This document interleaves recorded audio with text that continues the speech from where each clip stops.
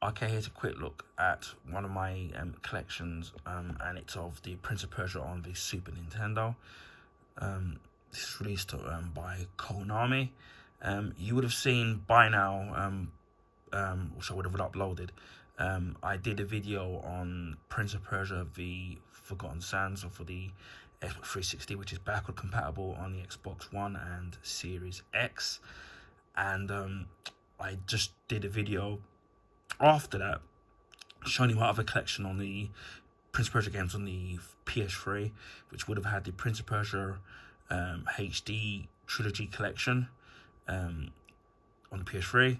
The PS3 copy of the Prince of Persia Forgotten Sands, and the Prince of Persia Cell Shading game, which was a reboot on the PS3 as well. And this is the one on the Super Nintendo. Now, this, as you can tell, obviously I know I have a lot of American subscribers or followers. Now, this is the cartridge that you obviously everybody in North America is used to using.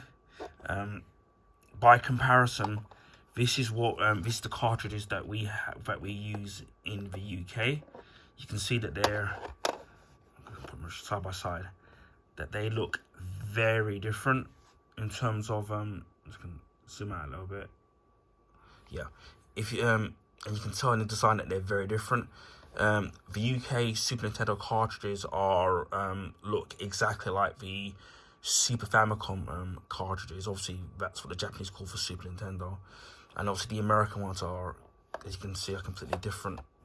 And you can see how much, obviously, it's a little bit bigger in terms of the way it looks, and obviously at the bottom it's so much more different. So even our Super Nintendo is very different. I'll even show you that as well, if you can bear with me.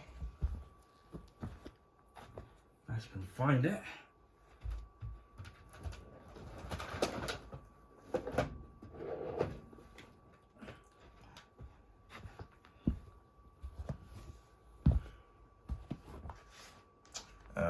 I apologise for the condition of my Super Nintendo because it's yellowed, but as you can see, this is the UK. You can zoom out. I don't know how much more I can zoom out. No, it's probably as far as I can go. This is the UK Super Nintendo, and obviously mine's yellowed because it used to be completely grey. That was the original colour. And you've even got the Super Nintendo sign. Now, the Japanese Super Nintendo, what's it called, Super Famicom, looks identical to the UK one, except that it just says Super Famicom rather than Super Nintendo. Obviously, the model of the North American Super Nintendo is completely different. They totally redesigned it. So, we might even do an in-depth video on that as well. So, obviously, if you with the UK cartridge, that goes straight in and then easily ejected. And then obviously, but with the American one, as you can see, the shape of that does not fit in any shape or form. So when we would import the North American games, obviously some of them got released in the North America first before the UK, especially when Street Fighter 2 first came out.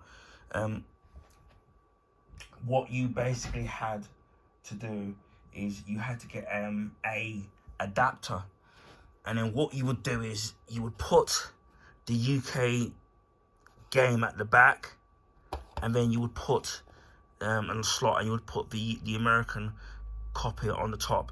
But if you obviously didn't put it in properly, what would happen is it could blow the fuse of the Super Nintendo, or worse yet, if you've got a battery games like Super Mario World, which happened to me one time, it could erase or your game save. So as I said before, this is the American one. Obviously, well, for me, this is my import copy of Prince of Persia for the Super Nintendo, and obviously this is the style of Super Nintendo games that us over here in the UK were used to using, which, if I'm being honest, I prefer the design of the UK, and obviously the Japanese one, obviously with them being identical.